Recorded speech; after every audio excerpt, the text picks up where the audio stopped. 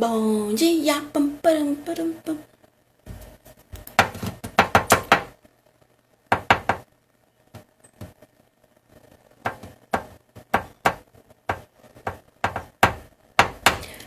Bom dia, pessoal.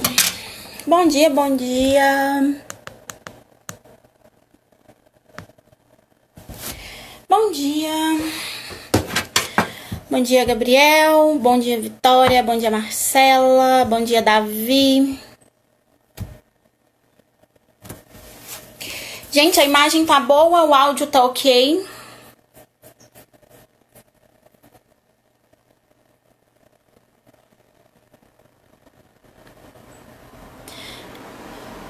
Bom dia, Emily. Bom dia, Jéssica. Oi, Laura. Bom dia.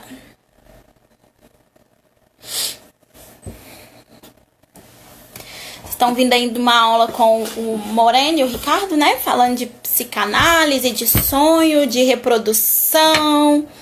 Isso, acorda o bezerro e a vaquinha, Vitor. Inclusive, a Jana me contou que eu cantava errado, né?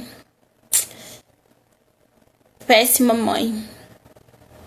Ensinei a menina a cantar a música errada.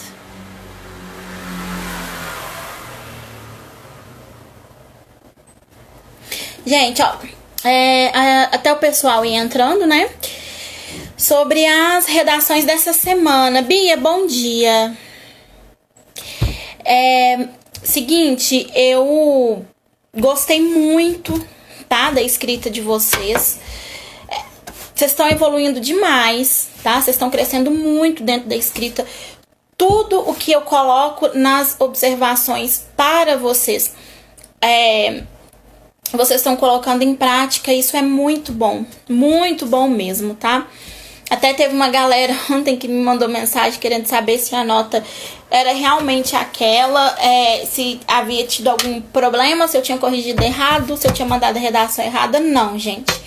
Quem nas primeiras semanas estava com notas muito baixas e seguiu todos os passos que a gente indicou para vocês, tudo que a gente passou, né? Deu certo. Davi, finalmente fechei o C4. O Davi, mantém, viu? Porque o C4 ele é muito fácil de você desestabilizar, tá? C4 e C3 costuma dar uma variação conforme o tema, mas o C4 você consegue segurar ele mais ainda. Bia, não consigo medir o tanto que eu aprendi em redação com um mês. Tô chocada. É possível, tá? E aí aqui eu já quero mandar um coraçãozinho pra Madá. Madá, parabéns pela sua monitoria, tá? Não só a você, como o João Vitor e a Júlia também, mas eu vou falar especificamente de você, porque é a minha área, onde eu tenho mais contato, é onde eu consigo ver direto o resultado dos meninos. Você também, Madá, tem uma contribuição muito alta. Né? Como disse a Bia aqui, nesse crescimento extraordinário em redação em apenas um mês. E o que eu quero que vocês fiquem atentos? Eu conversei com outras pessoas também e eu percebi que a maioria dos alunos, a maioria não, né? Alguns estão desanimados porque a gente está vivendo esse período de quarentena, esse período de cuidado. E aí, todos os nossos planos, né? A nossa programação, ela teve assim uma reviravolta muito grande. E teve uma época que eu passei por um certo probleminha. E aí, quando eu sentei para conversar com o Ricardo, ele disse que a gente tem que começar a aprender a olhar as tragédias com um olhar diferente também, conseguir tirar algo produtivo de dentro disso, né? Ver pontos positivos. E vocês precisam encontrar isso dentro dessa rotina de estudo, tá? Hoje vocês estão estudando mais do que antes, principalmente o pessoal do extensivo, né? Vocês estão com uma rotina extremamente pesada. A gente está oferecendo aulas, monitorias, e vocês estão crescendo muito dentro disso, enquanto tem alguns outros que estão desesperados e esperando o milagre da alteração da data do Enem. Não dá pra gente contar com isso. Até a Ana perguntou aqui, será que vai ter o SISU no meio do ano? Ô, Ana, se a gente for levar em consideração o edital do Enem, eu acredito que há sim uma probabilidade de sair o SISU. Mas também há a probabilidade de não sair. Porque esse tempo que a gente está vivendo é um período de incerteza. A única certeza que vocês precisam ter é que aproveita esse tempo em casa, estuda, né? Continua focado do jeito que vocês estão focados. Porque a maioria dos alunos, se a gente for observar, a gente tem uma parcela muito grande que não está estudando. A gente tem uma parcela de cursinhos, igual a Luísa falou na última vez que ela veio aqui, né? A Luísa, professora de geografia, tem alguns cursinhos que, tipo, foda-se o aluno. Você continua estudando na sua casa, quando liberar pra gente ter aula, a gente volta. E nós estamos aqui passando conteúdos, gerando conteúdos pra você. Todos nós viramos professores blogueirinhos da internet. Aprendemos a focar as câmeras e sucesso, sucesso, sucesso. Vocês vão brilhar, vocês vão ver. Eu acho que a gente já pode começar, tá? Oi, Júlia. O que tem eu? Vamos seguir aquele esquema, tá, gente? Eu vou desativar os comentários. E no final de cada pauta eu abro e vocês mandam as perguntas pra não correr o risco de perder perguntas e depois eu dormir com a consciência pesada, igual o dia que aconteceu com a Ana, lá de Piuí. Tô me martirizando por isso até hoje. Oi, Miguel. Davi Glaze, algum dia você vai fazer uma live direcionada à redação de vestibular? Sim, tá?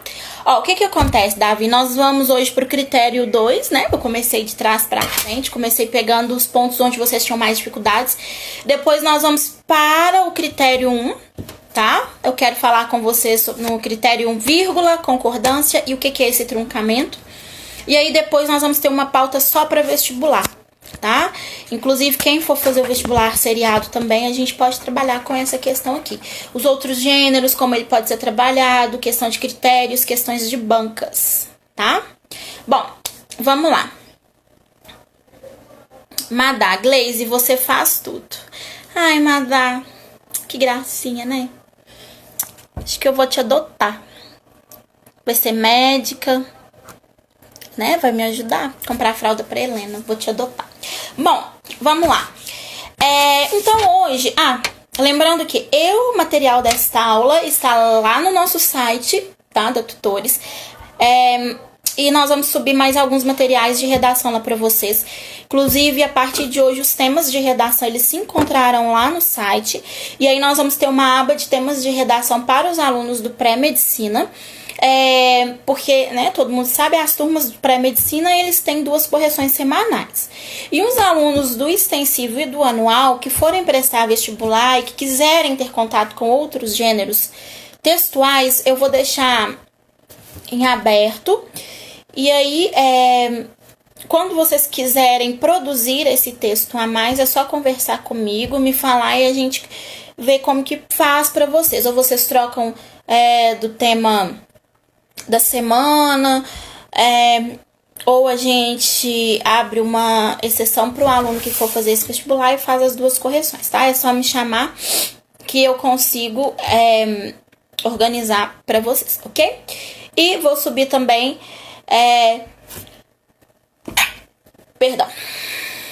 3 projetos de texto do Will, mais o material de hoje, tá? Bom, então hoje nós vamos falar a respeito do critério 2, mais especificamente relacionado à questão da outra área do conteúdo ou repertório sociocultural, tá? O critério 2, como eu já falei para vocês, ele vai avaliar a questão do gênero, do tema, se o seu texto é um texto tangenciado e se ele tem presença de repertório sociocultural, tá? Então, primeiro, vamos aqui na questão do tema. Existe uma diferença entre tese, tema e título, tá? Inclusive, essa questão do título, ela vale tanto para o vestibular. O meu tema, ele não pode ser o título da redação. E a gente sabe que o Enem, ele não exige que você coloque um título, tá? Porém, entretanto, todavia, se você usar um título na sua redação do Enem, você precisa ter a consciência de que o seu texto será delimitado por aquele título que você utilizou ali. Então, se você coloca no tema da evasão escolar, caminhos tecnológicos para se combater a evasão escolar. E em nenhum momento da sua redação você toca na premissa da tecnologia, você cometeu uma grande fuga de tema. E isso é o suficiente para poder anular a sua redação inteira, tá? Então, na redação do Enem, o título acresce pontos para você? Não, não acresce. Mas, se você colocar esse título na sua redação, tenha a consciência de que você está correndo um sério risco de perder os seus pontos, quiçá a redação inteira, tá? O tangenciamento do tema. O que é tangenciar um tema? No começo do ano, várias redações, elas vinham me explicando qual que era o tema, né? Então, vamos pegar o último tema que vocês produziram, que é em relação à questão do coronavírus. Então, vinha me explicando o que era o coronavírus, de onde o coronavírus surgiu, quais são as teorias da conspiração relacionadas ao coronavírus, e voltava a me falar de novo o que era esse coronavírus. Isso é tangenciar o tema. Tangenciar o meu tema é eu não conseguir dar um posicionamento que seja relevante em relação àquele assunto. Vamos pegar um outro tema muito bobo, muito comum. E eu costumo dizer que quanto mais simples e mais bobo o tema, mais difícil fica a sua escrita. Por quê? Você tem excesso de informação. Então, o excesso de informação, ele não é saudável. Não é saudável. É o que eu bato na tecla de que o menos é mais. E o menos sempre será mais. Tá? Então, quando eu tenho um tema que ele me dá um leque, assim, enorme de informações, eu corro um risco muito grande de tangenciar o meu tema se eu não souber selecionar as minhas informações.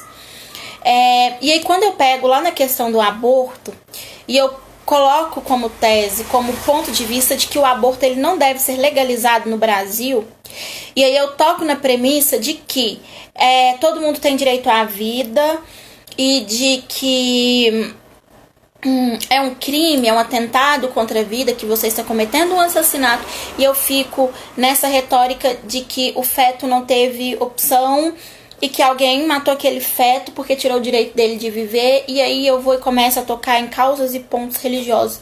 Não que não seja válido essa sua opinião, no seu dia a dia ela é válida, porém dentro do seu texto não dá pra você colocar esse posicionamento lá. Então, quando eu coloco dessa forma, eu estou tangenciando o meu tema, tá?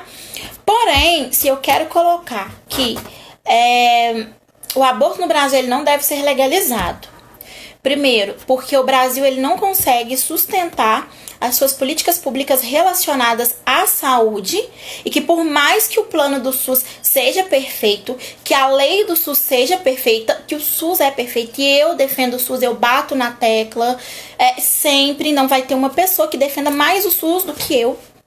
E principalmente relacionada a essa questão da maternidade da criança, porque eu vivenciei ali o que é o SUS de verdade, eu tive essa oportunidade de sentir o que é um profissionalismo no SUS, o que é o investimento, o que é o cuidado, o que é você depender de um tratamento que seria aí mais do que 20 mil, e tipo, o SUS te dá ali tudo, de mão beijada, melhor do que se fosse um particular.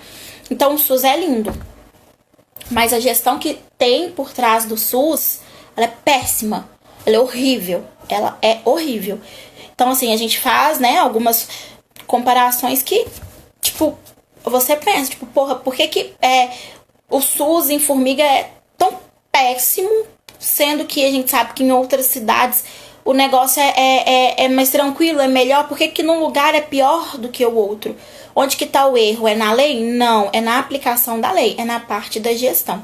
Tá? Então, o SUS é lindo, maravilhoso, porém, a gestão por trás do SUS é péssima, é horrível. E é isso que estraga essa questão.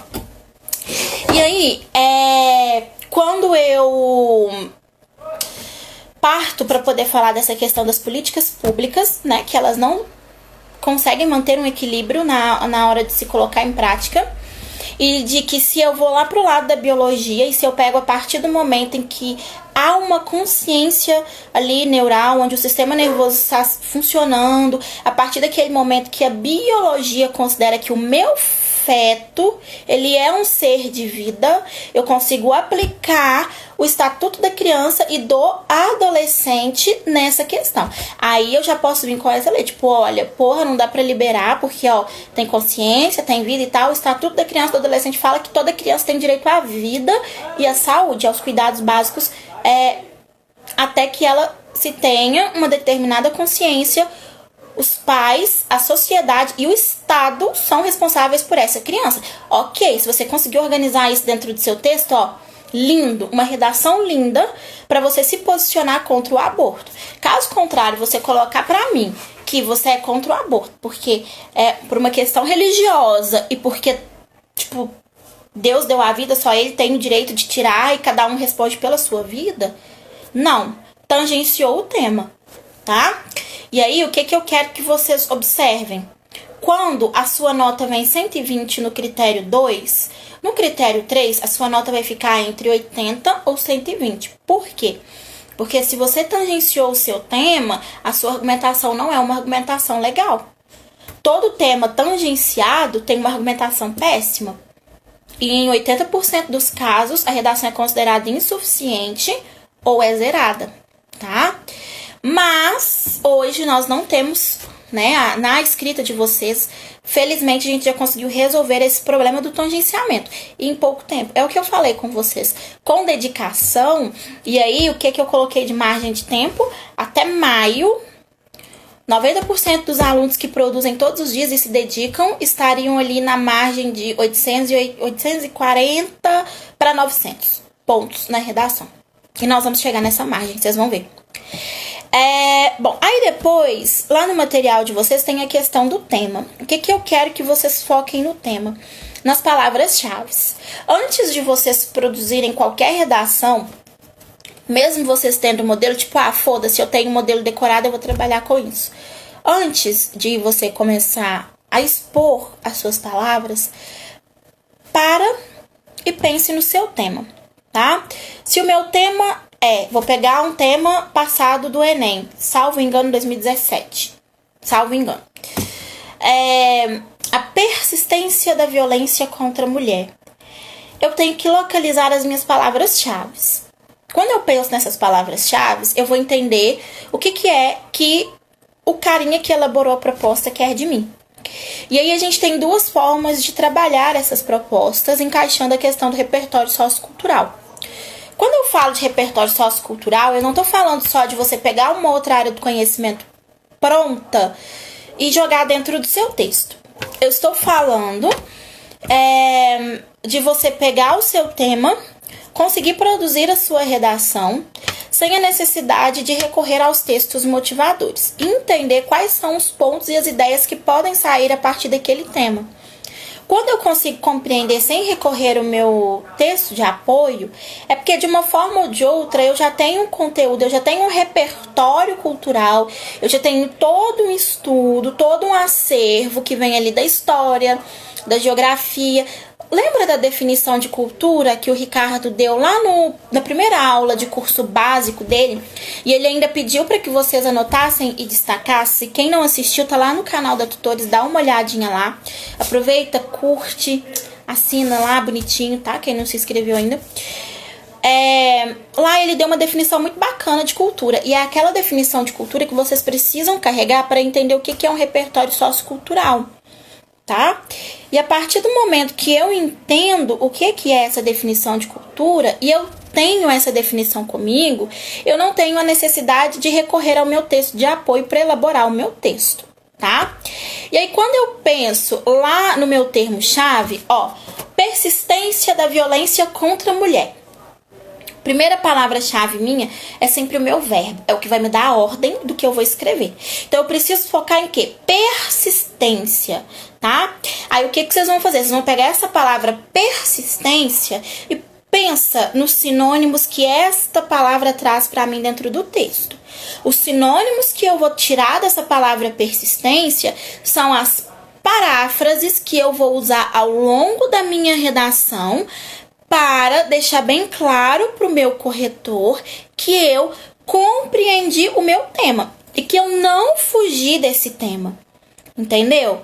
Então, quando eu falo da persistência da violência contra a mulher, eu não estou falando da violência física. Eu não estou falando especificamente da Lei Maria da Penha. Não que a lei não seja importante, não que a história da Maria da Penha não seja importante. Muito pelo contrário, né? É graças a ela que hoje nós, mulheres, temos esse direito. Inclusive, de poder virar e falar que, tipo, essa estatística que tá rodando por aí hoje é besta. Falar que o confinamento aumentou a violência contra a mulher é besta, é idiota. Porque eu tô confinada aqui dentro da minha casa há 3 semanas com o meu marido, tipo, e seria extremamente idiota ele, tipo, vamos cair no fight aí porque a gente tá confinado, não tem nada pra fazer. Não, entendeu? Tipo, ele vai lá, né, faz a função dele, tipo, olha, Helena bonitinha, embora não possa confiar muito, já contei pra vocês que ele afogou ela, né, uma vez. Mas ele vai lá, pega a vassourinha dele, vai varrer a casa, vai arrumar a cozinha, vai fazer o amor, vai cumprir as funçõezinhas bonitinhas dele de 2 pessoas que dividem uma casa. Não vai aumentar a violência, o confinamento não é justificativa para isso. O cara que resolveu, entre aspas, ser agressivo com a mulher durante a quarentena, ele já era agressivo há muito tempo, né? Então, assim, tipo o macho escroto que deveria nem ter nascido. É aquele espermatozoide que não deveria ter sido fecundado. E que ainda vão dar uma teoria pra nós ali, porque, sabe, esse espermatozoide ele é fecundado sendo que ele não deveria estar aqui, porque ele é escroto, né? E aí a Lei Maria da Penha, ela mantém, mas olha essa historinha que eu contei pra vocês. Vocês estão vendo que essa historinha, ela se encaixa perfeitamente na questão da permanência da violência contra a mulher? E aí, quando eu olho e falo que a violência contra a mulher, ela não é só física, e hoje a violência contra a mulher, ela não acontece de maneira física apenas. A gente mantém o ritmo, infelizmente, o ritmo acontece, mas entre aspas, eles tentam criar uma violência velada, dizendo que quando tem a violência psicológica, a violência financeira, a questão da chantagem, né? E também a questão da religião, são formas de insistir e permanecer a violência contra a mulher. E era isso que o tema pedia para vocês falarem. A persistência da violência contra a mulher. Tema do ano passado. A questão da acessibilidade ao cinema. Eu poderia recorrer aos meus textos de apoio, caso ali na hora do nervoso eu não tentasse lembrar, mas se eu focasse na minha palavra-chave ali, a minha palavra que vem de um verbo, né? Acessibilidade vem de um verbo. Qual verbo? Acessar. Acessar, eu posso ligar a questão de ter direito, conseguir chegar, conseguir ver, conseguir entrar. Então, eu acessei a sala da tutores, eu entrei à sala da tutores, eu fui, eu permaneci, eu vi. Eu tenho todos esses verbos ligados à questão da acessibilidade. Então, eu tinha que necessariamente falar somente da questão financeira? Não, eu podia pegar outros N pontos ligados à questão da acessibilidade ao cinema, ao fato das pessoas terem acesso, ao fato das pessoas gozarem do seu direito cultural, ao seu direito de lazer, de ir ao cinema. E aí, tipo, na minha cidade não tem cinema. Mas eu não vou ao cinema. Como que eu vou falar de um negócio que eu não vivencio? Ok, se você não vivencia, você não acessa, não é? Por que você não acessa? Por que na sua cidade não tem? Seria porque a estrutura de um cinema é muito cara e as cidades do interior elas não conseguem manter? É um ponto para ser trabalhado na redação. Seria porque de repente você é um cadeirante, você é portador de necessidades especiais e o cinema da sua cidade não te dá acesso para isso? Seria porque você vem de uma comunidade muito pobre, você não tem condições de ir ao cinema toda vez que tem uma estreia, né? Tipo aqui em Formiga, quando foi lançar Vingadores, o preço do ingresso foi o dobro do que em Divinópolis e outros lugares. Seria por isso? porque o preço é muito caro, e aí quando a gente vai olhar o preço da pipoca é mais caro ainda? Seria porque hoje, né, até eu vi um post essa semana, eu achei engraçado, que, tipo, falava que o pessoal reclamando, de um filme X e tal, eu não tenho dinheiro pra Netflix, não sei o que, não sei o que, não sei o que. Aí alguém colocou lá, tipo, cara, hoje, uma das funções principais da internet é a pirataria e você não sabe utilizar, né? Ou seja, a maioria das pessoas não vão ao cinema, porque o filme foi lançado hoje, amanhã você já tem sites com o filme disponível para você assistir. E se você não liga, se você não tá nem aí, você encontra o filme com o áudio 10 e a imagem 6, tipo, foda-se, eu vou assistir. Ou você encontra o filme com imagem e áudio 10, legal, bacana, vou baixar o meu filme ali e vou assistir, não tem problema se ele tá legendado, não quero ver dublado mesmo. É uma dos motivos de que a gente diminui a acessibilidade ao cinema, certo? Então, para você conseguir desenvolver bem o seu tema, não tangenciar ele, você precisa conseguir localizar as palavras-chave. Então, não basta repetir o tema 3 vezes durante a redação, tá? Você precisa parafrasear esse tema, o que eu chamo de repetição, tá? Mas entenda quais são as palavras-chave que esse tema traz, e aí sempre que você pegar a sua redação, já senta, escreve o tema, pensa o que tem por trás dele ali, porque quando você pensa nisso, automaticamente você já traz as causas dele. Trazendo as causas, você já consegue pensar na outra área do conteúdo que a gente vê, tá? Na introdução, o Enem não vai te tirar pontos se você copiar o tema do jeito que ele tá na folha e colocar, tá? Mas esteticamente, se você começar a trabalhar com paráfrases desde a introdução, fica mais bonitinho, tá? Mas não te tira pontos se você for lá na introdução, der um Ctrl+C, um Ctrl+V. No tema, só no nome do tema. Bom, e aí, aproveitando essa pegada dos textos motivadores, o que acontece? A gente tem a questão do plágio, né? Uma vez alguém me perguntou em sala de aula se utilizasse partes dos textos de apoio, a redação seria anulada. O que acontece? Tem 2 formas de você utilizar o seu texto de apoio. Ctrl+C, Ctrl+V, que é você ir lá, seleciona o primeiro parágrafo do primeiro texto, copia, vai, pega o terceiro, vai ali, copia, faz um Frankenstein da sua redação. Isso é plágio, sua redação vai ser anulada, você será desclassificado. Porém, supondo que, vamos dizer que a gente tem Balma no seu texto de apoio, e aí você leva Balma para sua redação. Você corre o risco de não ter os 200 pontos, né? Mas você fica com 160 ali, talvez, no seu critério 2, se você só tirar a ideia de Balma e passar ela para dentro da sua redação. Isso não te desclassifica, não tira ponto, não é cópia de texto motivador, tá? Mas também não é interessante você ficar utilizando esses textos, não. Mostra que você não se preparou. O Enem te dá aí, contando desde o primeiro final de semana, após a aplicação da segunda prova, você tem 1 ano para se preparar e montar seu repertório sociocultural. Então, não é bacana você fazer isso, tá? Mas o que vai ser, então, esse meu repertório dentro da redação?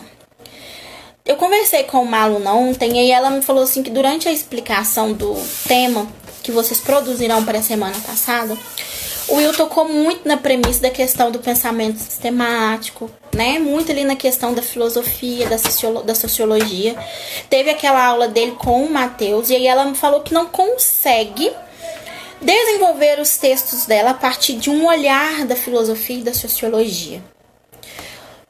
Eu vou reafirmar com você. Você não é obrigado a caminhar a sua área do conteúdo para o olhar da sociologia e da filosofia. Lembra que nas cidades onde eu fui, na verdade eu fui em todas.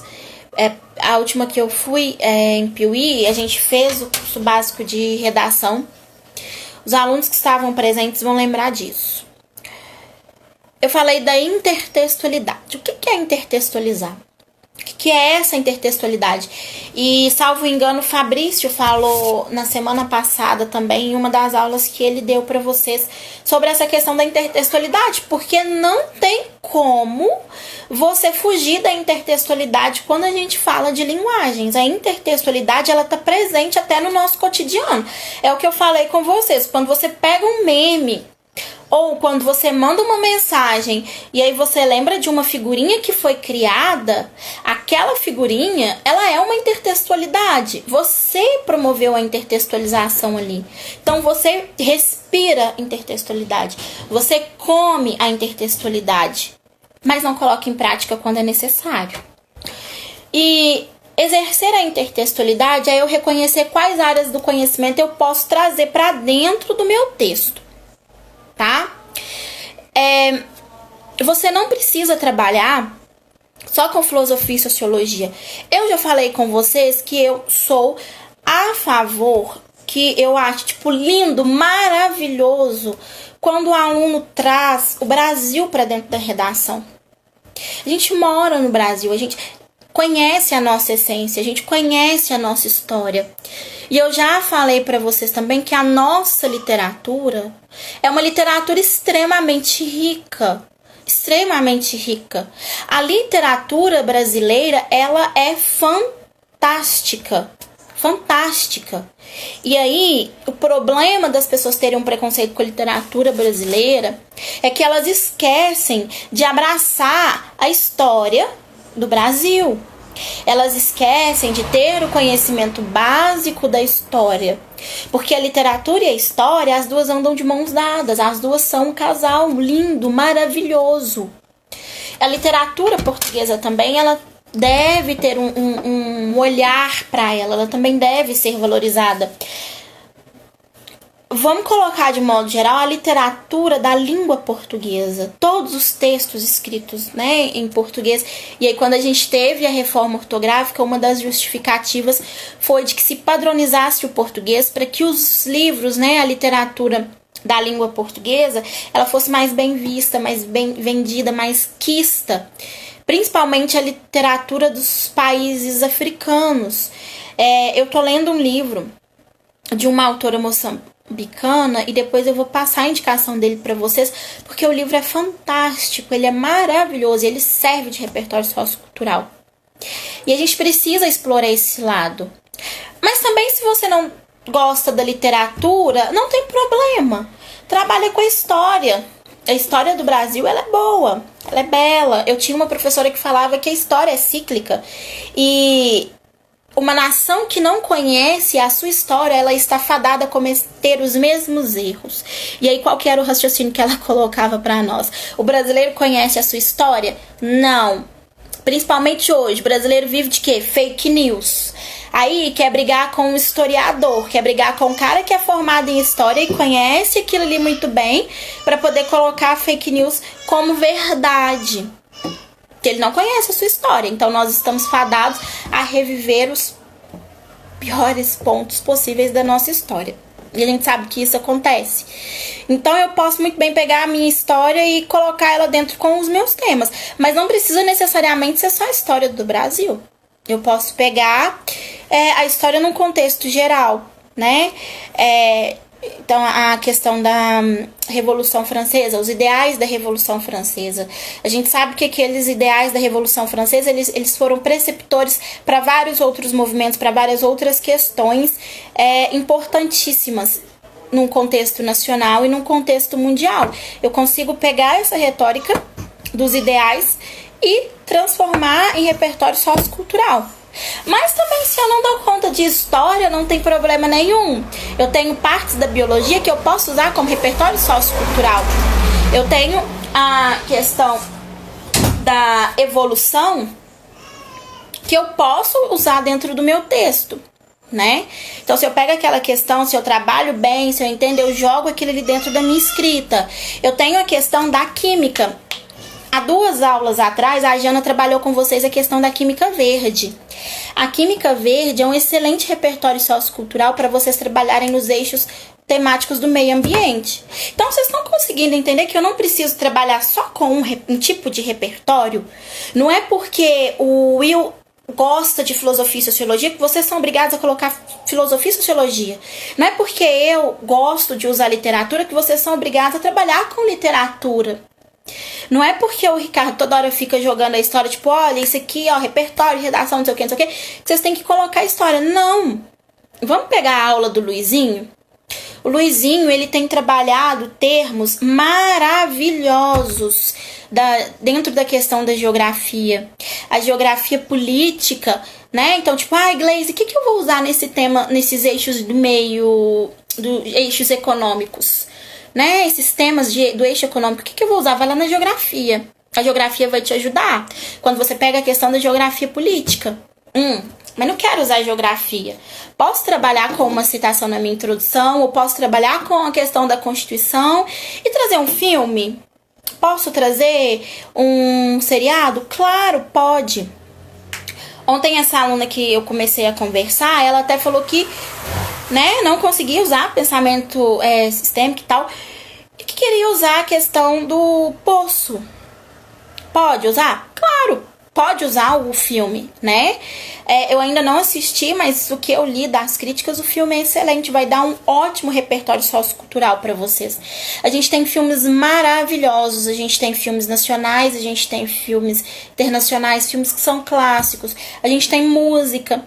A última vez que eu estive em Santo Antônio do Monte, e que a gente tocou na bolinha da redação, nós falamos a respeito da ausência de criticidade na educação. E aí eu falei com eles que tem uma letra da Legião Urbana, né? Eu, Gleice, sou suspeita para falar de Legião Urbana também. Eu acho as composições fantásticas, as letras são maravilhindas. Mas tem uma música deles que se chama Geração Coca-Cola. Essa música Geração Coca-Cola, ela é extremamente rica. Quando a gente senta para poder analisar, não só escutar. A gente tem que aprender a ouvir as músicas analisando elas, sabe? Não seguir somente pelas batidas. A gente tem que aprender a ouvir e tirar a essência dessas canções, dessas letras de músicas. E aí, quando a gente pega a questão da Geração Coca-Cola, né? Lá no inicinho, quando nascemos, fomos programados a receber de vocês, como embutidos, fomos enlatados. Eu tenho uma metáfora muito rica por trás disso, né? O que o Renato Russo quis dizer enquanto ele cantava esse trechinho. Que, tipo, olha, a partir daquele momento ali, a geração dele, ela foi criada para ser alienada, para não poder conseguir exercer rupturas naquele sistema. Foi uma geração programada para ter ausência de criticidade. Entende onde a letra da música encaixa com o tema? Eu vou abrir aqui um pouquinho para comentários, tá? Vocês estão conseguindo acompanhar, gente? Eu tô falando muito rápido. Tá tranquilo? À medida que forem tendo perguntas, vocês vão mandando pra mim, tá? Eu vou abrir aqui um pouquinho. O que eu coloquei no material de vocês? Eu coloquei, né, a princípio, quais são os pontos dessa competência. E eu coloquei também lá como que vocês vão trabalhar a questão do filme e a questão de seriados dentro da redação de vocês, tá? Você tanto pode utilizar esses filmes como fato exemplo, tá? Porque assim, o pessoal me pergunta se pode usar filme e seriado somente como fato exemplo. Não, tá? Morena, faz um exemplo de contextualização pra nós. Morena, vou fazer, tá? Vou fazer com o meu xodózinho, José Saramago. Você não tem a necessidade de você utilizar esse filme, esse seriado, apenas como fato exemplo, tá? Não precisa. Você pode usar ele como base argumentativa. Tem gente que me fala que gosta de utilizar outra área do conteúdo só no segundo e terceiro parágrafo da argumentação, do desenvolvimento. Eu acho mais bonito, mais chicoso, né? E provavelmente o seu corretor também vai ficar mais alegre Se você começar a sua introdução com uma área do conhecimento, que seja sua introdução por definição, por problematização, tá? Joga sua área do conhecimento, seu repertório sociocultural na sua introdução. Por quê? Você já mostra para o seu corretor que você tem um conhecimento, que você traz algo ali. E para você contextualizar isso ao longo do texto, é mais fácil, é mais prático, tá? A gente, às vezes, né, quando tá começando essa carreira de produzir redações para o Enem, vamos dizer assim, entende que é só eu ir lá pegar a minha área do conhecimento e jogar ela dentro do texto. Não, tá? Se você só pegar essa frase, essa citação e apenas jogar ela dentro do seu texto, você vai ficar com 160 pontos. Você utilizou um repertório, mas o seu repertório não foi contextualizado. Ou seja, você não me mostrou por A mais B qual é a relação do seu repertório com o tema. E se você inicia isso na introdução, é mais prático, é melhor, é mais interessante, rende mais. Você não precisa fazer o negócio tacado e nem ter que só repetir o nome do autor ou o nome da teoria, tá? O segundo erro. Se eu trabalho com dados demográficos, se eu vou trazer a geografia para dentro do meu texto, eu tenho que colocar, por exemplo, isto posto, vírgula, pode ser comprovado. Eu estou introduzindo um fato exemplo, tá? Quando eu faço assim. Isto posto, vírgula, pode ser comprovado por meio de dados demográficos, em que, depois do meu em que, eu vou trazer o meu dado demográfico, tá? Aí, quando eu trago o meu dado demográfico, eu contextualizei. Aí, eu vou dizer o que eu apresentei, na verdade, a minha área do conhecimento. Pronto, apresentei o meu dado demográfico, né? Aí, o que eu vou fazer? Eu vou usar uma expressão explicativa. Ou seja, isto é, e esse tipo de explicação, vírgula antes, vírgula depois. Ou seja, isto é, não é explicação, não é conectivo para você começar depois de ponto. Obrigatoriamente, vírgula antes, vírgula depois, vírgula antes, vírgula depois. Ou seja, no que se refere... Aí eu vou parafrasear o meu tema de novo. A ação contínua da violência contra a mulher. Concordam que a ação contínua é um sinônimo para persistência? Porque se eu persisto, eu tenho uma ação contínua. Tananã, tananã, tananã. Ó, que bacana. Contextualizei minha área de conhecimento. O que vai me mostrar que eu tenho essa área de conhecimento? Conectivo. Quando eu falo que o seu corretor tem ali, tipo, um tesão com o conectivo, eu não tô falando só porque ele acha bonitinho, porque ele tem para com o conectivo dentro do texto, não. O tesão do seu corretor com o conectivo, ele vem simplesmente porque o seu texto fica lindo, maravilhoso, as informações ficam ligadas, as informações ficam unidas. Quando você perde ponto no seu critério 4 por ausência de conectivos internos, você perde ponto no seu critério 3 por ausência de união e link das ideias. Se o seu texto não tem união e link das ideias, você não contextualizou sua área do conhecimento, tá? Eu tenho essa maneira de contextualizar e eu posso começar com uma introdução, né, com uma área do conhecimento, tá? Aí seria mais ou menos um esqueleto, uma fórmula, um esqueleto, né, ali para minha redação. O que eu posso colocar? Na minha introdução, eu coloco a minha área do conhecimento, mais o meu tema, mais a minha tese, né? E indícios de D1 e D2. Beleza. Aí, lá no meu segundo parágrafo, eu posso optar por começar com outra área do conhecimento? Posso. Eu posso optar por começar com uma outra área do conhecimento. Então, supondo que em algum tema do eixo econômico eu queira usar a grande crise, a crise da queda da bolsa de 29. Posso colocar no meu segundo parágrafo, Ok? Cuidado!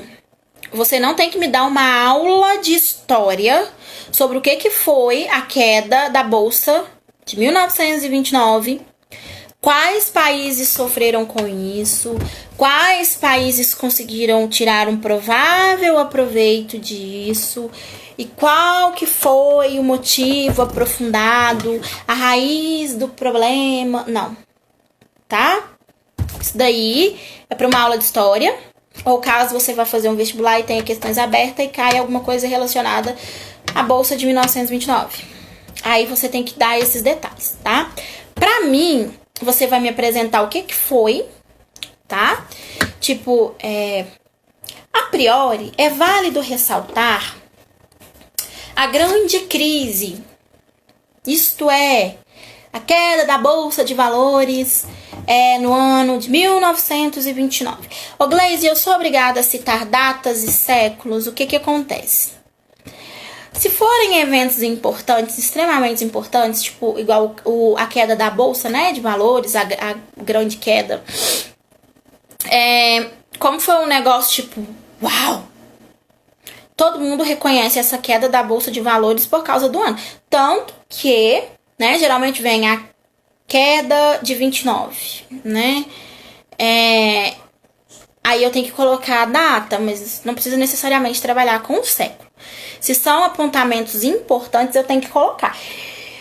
Nesse caso, agora se eu vou trazer, por exemplo, para dentro do meu texto, o início da industrialização em São Paulo. Se eu não sei quando começou, eu não vou arriscar colocar data e nem vou arriscar colocar século, porque se eu coloco errado, aí dá problema.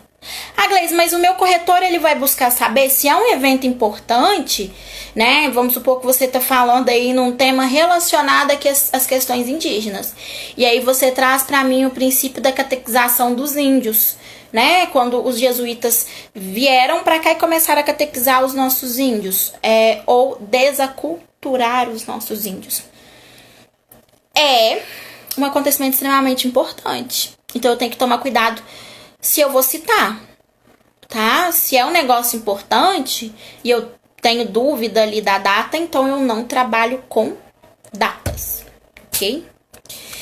E aí eu vou e coloco essa questão, né, da crise no segundo parágrafo, explico.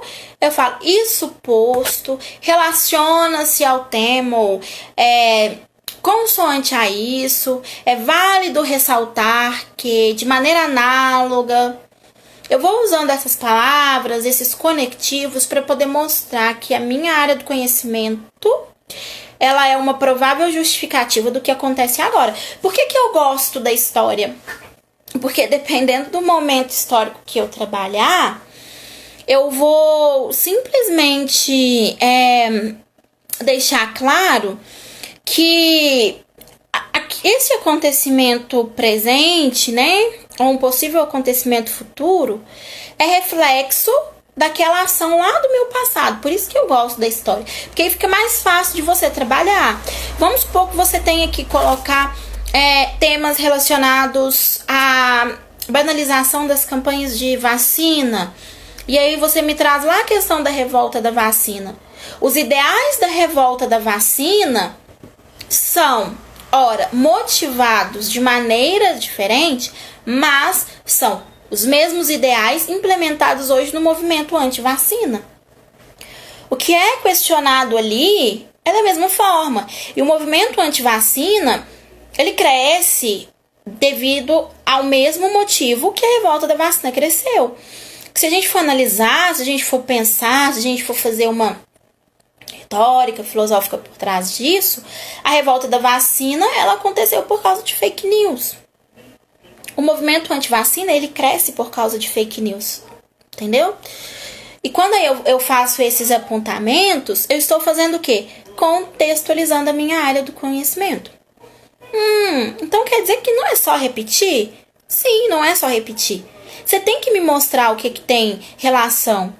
Então, se eu resolvi trabalhar com a banalização do mal dentro da minha redação, na minha argumentação, as minhas causas, o que gera a minha problemática, o que gera o meu tema, tá? Precisa ser relacionado à banalização. do mal. Eu tenho que mostrar ali no meu exemplo que houve uma banalização, né? É isso que é contextualizar, não é só repetir. Então, quando eu penso numa área do conhecimento, eu tenho que pensar nas minhas causas, se aquelas causas elas têm relação com isso. Por isso que, às vezes, muitos alunos têm dificuldade de trabalhar com a questão do Paulo Freire. Porque quando se é em termos de educação, é lindo. Toda causa que gera o meu problema em temas educacionais estão relacionados à teoria de Paulo Freire.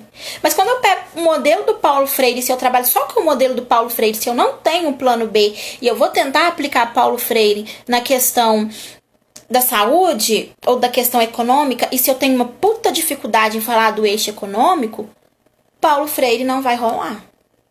Não vai rolar. Entendeu? Eu corro risco de tirar uma pontuação baixa.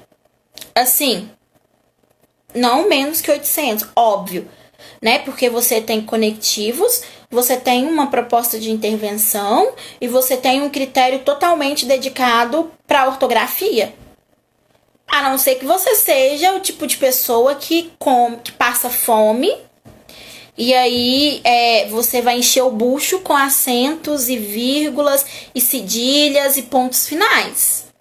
Né? Aí você esqueceu sua marmitinha lá na hora pro Enem, aí você tá com fome, você vai comer a pontuação, você vai comer a ortografia, você vai comer a acentuação, né? Você vai trocar seus 200 pontos do critério 1 por encher o bucho, né? Comendo pança ali, esquecendo a pontuação que tem. Aí tudo bem, você fica com uma pontuação menos de 880, só que se você quer concorrer para uma excelente faculdade ou se você quer um curso de nota muito alta, 900 é o mínimo que você pode se dar o luxo de tirar nessa redação. Então, você precisa ter estratégias bacanas para isso. É por isso que, mesmo você tendo o projeto perfeito, uma vez ou outra a sua nota no critério 3, comigo, tá? Comigo. Sempre vai ter uma exigência maior, porque eu vou sempre exigir que você apareça no seu texto. Você precisa saber argumentar, você precisa saber usar um repertório sociocultural, você precisa saber contextualizar, você precisa saber ligar, sabe? Você precisa saber trepar as informações dentro do seu texto.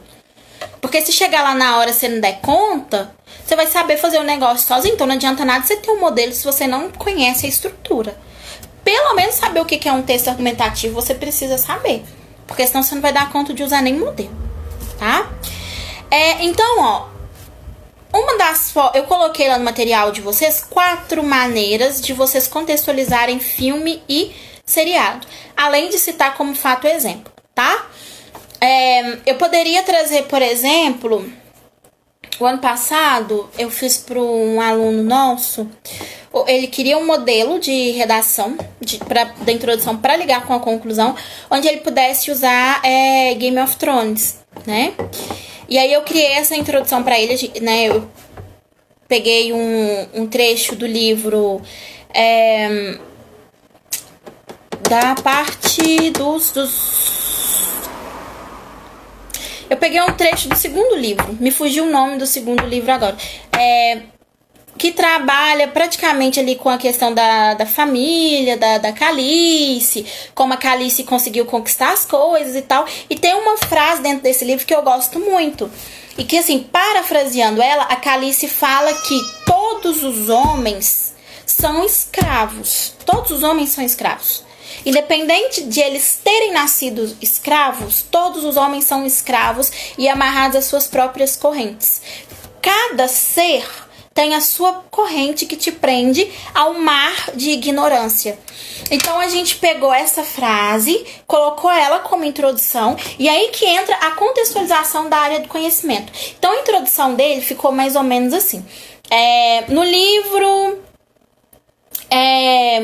Sangue e Fogo, do autor George Martin, uma de suas personagens afirma que todo homem, aí esse homem, eu não tô falando de homem sexo masculino, não tô falando de homem moreno, eu estou falando de homem, todos nós, estou falando de homem espécie humana. Então esse homem, ele tem que vir com H maiúsculo, tá?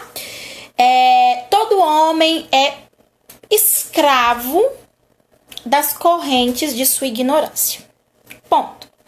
Posto isso, vírgula, é válido ressaltar que, ao se fazer um paralelo entre a assertiva do autor e... Aí a gente coloca um parêntesezinho, porque ele vai trabalhar com o tema ali dentro, né? Fecho meu parêntese. Ponto. É possível afirmar que, mediante, ora, ou tanto, né? Quanto, eu estou trabalhando com o quê? Conjunções alternativas. Tá vendo a importância de estudar conjunções? Se eu estudo as minhas conjunções, eu sei quais são os meus conectivos alternativos. Ora por tal, tal, e aí eu coloco D1 e D2, né? Vírgula. Vê-se que o homem ainda não transcendeu a obscuridade da sua ignorância. Ponto. Sendo assim, ações imediatas são necessárias para que a problemática seja alterada, ou para que se tenha a resolução da problemática, ou são necessárias ações factíveis para que o problema seja solucionado, ou no mínimo minimizado, ou ao menos minimizado, sabe, para, né, não ficar um negócio estranho, uma repetição desnecessária de sinônimos. E aí, o que a gente fez com essa questão da citação no projetinho de texto dele, da citação né, de Game of Thrones, ali, da fala da Khaleesi? Onde que a gente puxou a Khaleesi ali? Ele quis trabalhar com Bauman também, ele quis trabalhar com a questão do individualismo, tá? E aí, gente, a questão do individualismo, a ideia do individualismo, ela não é trabalhada somente por Bauman, ela não é trabalhada somente dentro da filosofia da sociologia. O individualismo, você consegue ver ele na literatura também. Por isso que eu falo que a literatura é rica. É rica. Na minha concepção, Gleisi, eu acho que a humanidade, o universo não seria nada sem a literatura. O homem não seria nada sem a literatura. Porque é na literatura que as angústias humanas estão expressas. Sejam elas angústias políticas, sociais, individualistas. E aí quando a gente pega lá, principalmente a partir do pré-modernismo, os movimentos que eu falo que tem textos excelentes para vocês usarem dentro da literatura brasileira. Realismo, naturalismo, e a partir do pré-modernismo, primeira, segunda, terceira fase do modernismo, a gente tem uma conexão direta com acontecimentos históricos. Então eu posso trabalhar isso dentro do meu texto. E aí, o que a gente indica para vocês é que você trabalhe, né, caso você tenha facilidade, com duas áreas do conteúdo, com 2 repertórios. E aí, o que o manual fala para você? Não precisa contextualizar 2 áreas do conhecimento. Se você trabalha com as 2, uma só tá válida. Mas eu vou exigir que você contextualize as 2. Se você trouxer 3 áreas do conhecimento na sua redação, você vai tirar 160 no critério 2 se você não tiver contextualizado as 3. Porque se uma der zebra, a outra consegue sustentar. É o que eu já falei com vocês, aquela redação que o Wilson mandou no grupo que a menina tirou 980 e disse que o Bauman era francês. Quando ela me fala que Bauman é francês, aquela área do conhecimento dela é ignorada. Mas ela me traz uma segunda opção e a segunda opção estava muito bem contextualizada ali. A segunda opção foi quem sustentou a nota dela e fez com que ela ficasse com 200 pontos no critério 2. É essa atenção que vocês precisam ter, tá? E aí, o que nós fizemos? O Bauman, ele trabalha com a questão do individualismo, certo? O individualismo é você ser preso apenas ali ao seu centro, ao seu umbigo. Então, o que acontece aqui na minha casa é interessante para mim. Então, por exemplo, no início do ano os professores do estado de Minas estavam em greve. Eu sou professora, mas eu trabalho somente para a rede privada. Por que eu vou me compadecer com uma manifestação dos professores da rede pública, sendo que o meu salário está em dia, as condições estão bacanas, tudo que me foi prometido está sendo cumprido? Problema da professora lá que é do público, o que é dela é que não está sendo cumprido. Eu, caguei. Quando eu tenho essa ação, eu estou o quê? Sendo individualista. Quando eu tenho essa ação, eu cometo o quê? O que a Khaleesi falou. Eu estou presa à corrente da minha ignorância. Entendeu? O que Platão falaria, né? Eu não transcedi, eu não saí da caverna. Certo? E aí, quando eu tenho essa postura, eu consigo ter a minha contextualização da área do conhecimento, tá? Ó, eu vou encerrar aqui porque o tempo já está acabando e nós temos que voltar para finalizar a aula.